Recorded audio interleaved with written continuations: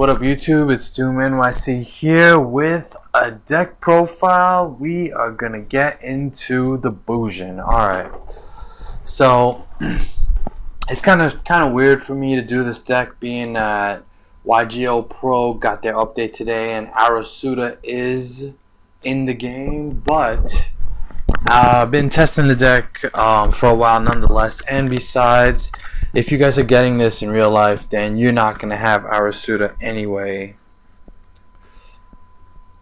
But just to show you guys, see, it's right here.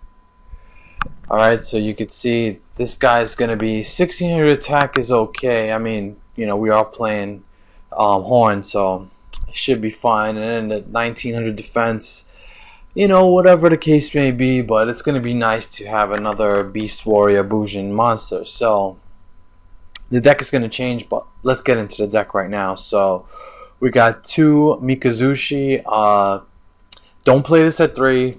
I mean, it's just that simple. The effect is good because it adds to the hand, but only when your model's effect goes off or something else. I like the effect that gets the special summon because that does come into play a lot. So, because anybody who knows anything about Bujins knows that you got to get your model off the field. Once he's on the field, you got to get him off. So, that becomes the main point of your opponent's plays once this guy hits the field. So, Mikazushi is pretty good in that aspect. You play 3 Yamatos. This is your boss card for the deck. 1800 goes to 19 with Tenki. So, pretty good.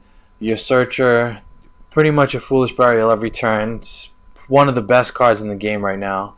And then we got the stuff that you're going to want to dump to the grave. So I play 2 Hitsuka, 2 Centipedes, and 2 Murakumo. This is how the deck is going to change, because most people were playing 3 Hitsuka until Heavy Storm got banned, and then it was like, okay, we need to play Centipede. So I had to cut it. I wasn't playing Centipede at all at first. I was playing 3 Hitsuka and 3 Murakumo, but that had to change. So I play 2 of each now. Works really nice. We got the 1 bear, you know, attack or whatever, and then search your Tenki. That's cool. And then we got the 3 Habakiris. Obviously, this is like they're honest. It doubles attack. So this will go to 36. This will go to 4,000. Well, to 38. 4,000 with a Tenki out. It's pretty good. Actually, does it double with the Tenki? I don't know, but 38 regardless. Alright, so we got the honest.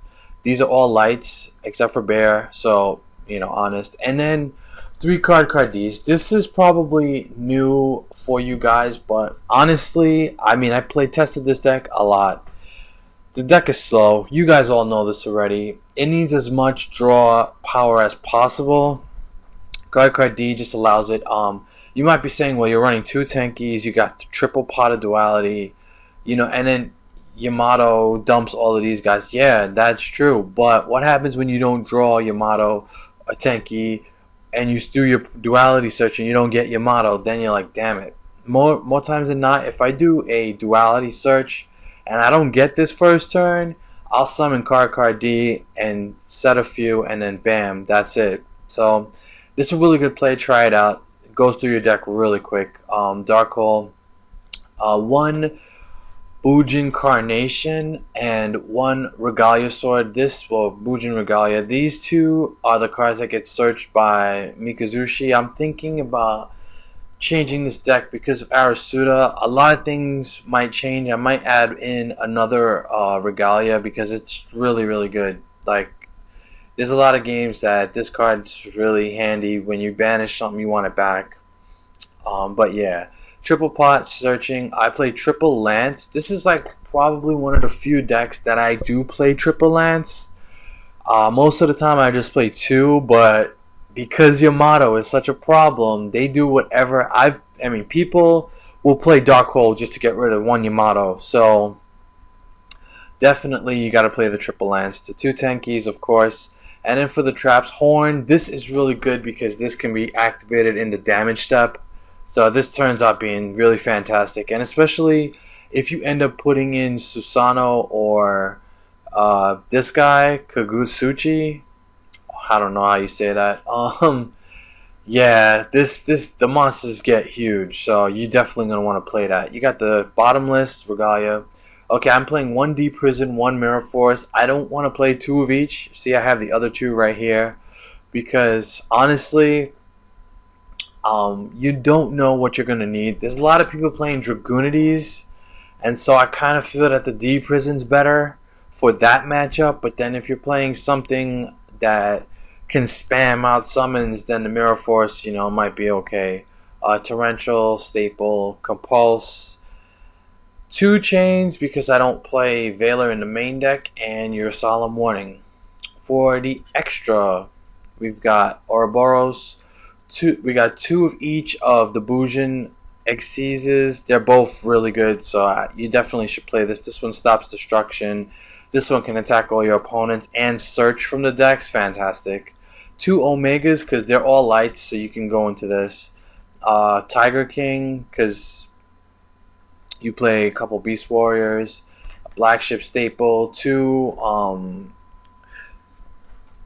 Starliege and two Direwolves. The Direwolves are good because you do have Wing Beasts and Beast Warriors, Beasts, all kind of stuff to tribute off for this, so that's pretty good. The Starliege, they're all lights, so of course.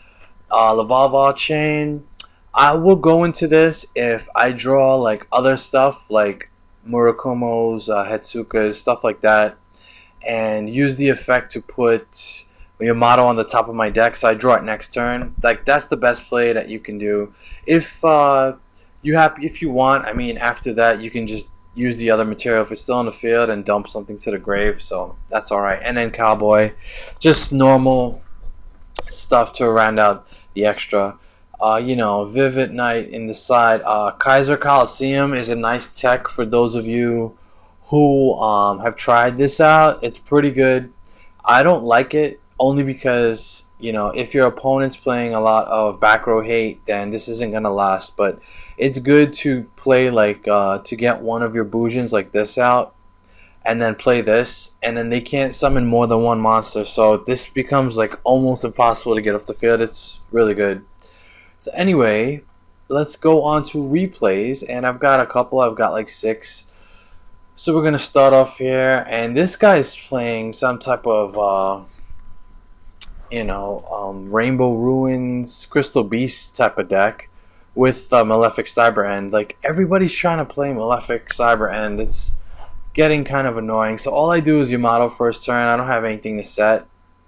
So I'm like, I did have one thing, but he got rid of that. So he hits me for 4,000 here, and he's got Black Ship on the field. I'm like, okay, this is bad. I'm going to summon Yamato. I'm going to get rid of that guy.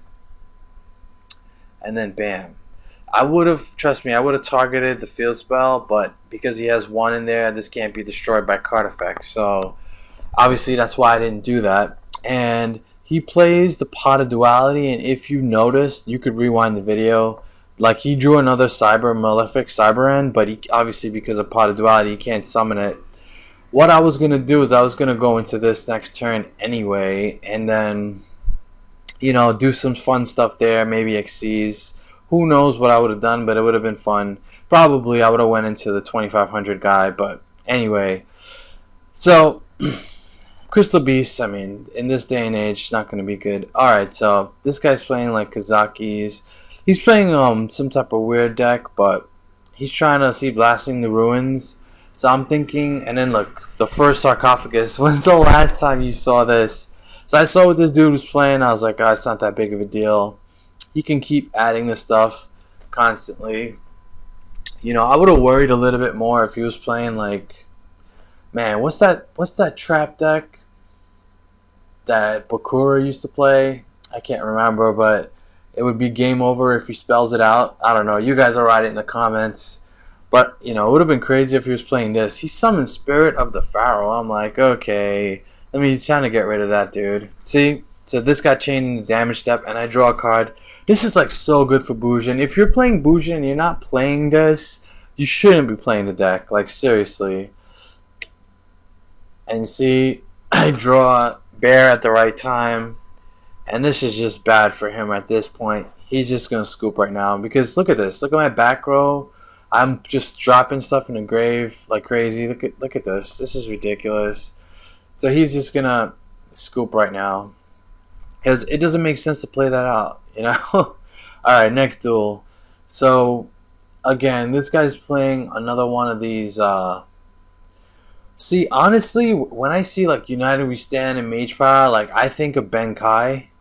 But then he runs, like, Nightmare Steel Cage, so I didn't really know. And then he searched this, Orichalcos, so I'm like, he's playing some type of beatdown deck. But it's just bad, like, he's just playing bad cards, so I'm like, alright. I'm just gonna do my thing, you know, attack, see, and then chain in the damage step again, draw a card. Like, this card is just too good. You know, it's just plus all day. And he's gonna play this, but I guess he doesn't realize that it's just not gonna make any difference. So I'm like, alright, I'm just gonna put this here. He's gonna Fisher my card. Who plays this card anymore? I don't know. And I'm just like, alright. And what I love about Bujins is the monsters that you throw in the grave, they're all like have like good attack. Like the lowest one is like 1600 attack.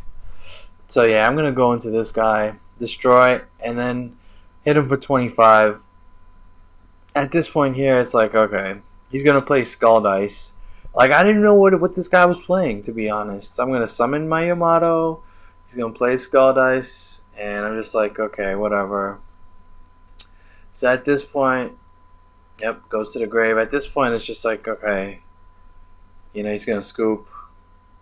Does he scoop or does he let me kill him? Yep, he lets me attack for game. So, you know, but this is what I'm trying to say about the deck. I mean, look at the back row, look at my hand, you know, and then the graveyard is loaded. Like, this is the type of deck, this is the type of thing that Bujins like are able to do. See, like, I drew a Tenki here, so I'm going to get Yamato first turn. I can't stress enough how critical it is to put Yamato on the field first or second turn latest. So you have to play the deck that way. So look at this guy, goes into Omega. So he's like, honest. I'm like, okay, see? And I just used Mikuzushi's effect. And trust me, that turns out to be very, very a good thing. So he's going to book this. I'm going to be like, nope, can't target. Lower that attack. See? And this is those are the type of plays that makes Bujin really nice. So now it's like, okay, he used his honest already. So there's nothing he can really do at this point. So I'm just going to search, get another... Oh yeah, just clear his field. I'm going to attack. And remember, I still look at this. I've got Lance, I've got Horn down. If he sets a back row, it's over. But he's just going to play this. He's going to go into... I don't know why he went into the Volvar chain. I'm just going to be like, alright, chain that. And at this point, I mean, he should have scooped. He didn't. But I'm like, I'm just going to chain that. And now I'm just messing with him. Now he scoops, you know. When people don't want to scoop, I kind of try to make them scoop. I know that sounds really bad, but seriously, you know, just scoop. Don't waste my time. You're wasting your time. Let's just get the game over. So again, you could see that a lot of these duels that I recorded, Yamato's on the field first turn. I mean, that is like the best play that this deck can do. So he plays drop off, gets rid of my Lance. That, you know, I'm kind of tight about that because I don't know what this is. But it's Draining Shield. I'm not going to attack into Zen mains because, you know, why would I do that? I could have went into Black Chip, but I'm like, nope. And then what he does, right, is he searches. He doesn't see anything that's going to allow him to get any type of advantage here. And he was just like, nope, I'm not doing it. I'm not going to scoop. I mean, I'm not going to play this out because it would have been bad. You know, next turn, who knows what would have happened. But yeah, that wasn't looking good. And finally, the last duel. Oh, this guy's playing Agents, but he's playing this Nova Summoner. I'm not really sure why. Is there a new fairy deck out that I don't know about? I don't know. So anyway, I'm just gonna, you know, and a lot of times, you know, if you play Bujin, you know, you don't want to attack a face down or attack into back row when you've got this guy on the field. Because first turn, you want to at least get one effect off to get something in the grave that you need. So, there goes Mikuzushi. And this is the best second play you can do, which is to summon this guy. So, yep. Just searches all around. It's really nice. So he's going to set up. He's got the prison there. You got trans turn. I'm like, alright, whatever. And I see I hit the prison. That worked out fantastic. And I ended my turn again. I'm like, I'm not going to attack this. He's probably wondering, like, why am I not hitting this card? See, and he sets the Valhalla because now he's just, like, trying to bluff me. I'm like, okay. So I get rid of the trans turn. I'm going to go into this, draw 2 more. Ditch. At this point, I had already removed the 2 centipedes, and I'm like, oh, I wish I was playing a third one. Well, I need to get the Regalia. So, do I have it set here? Yep. It's right here. So, because I want to bring that back, and I hit the second D prison. Right now he's fuming. He probably took his computer and like threw it against the wall or something.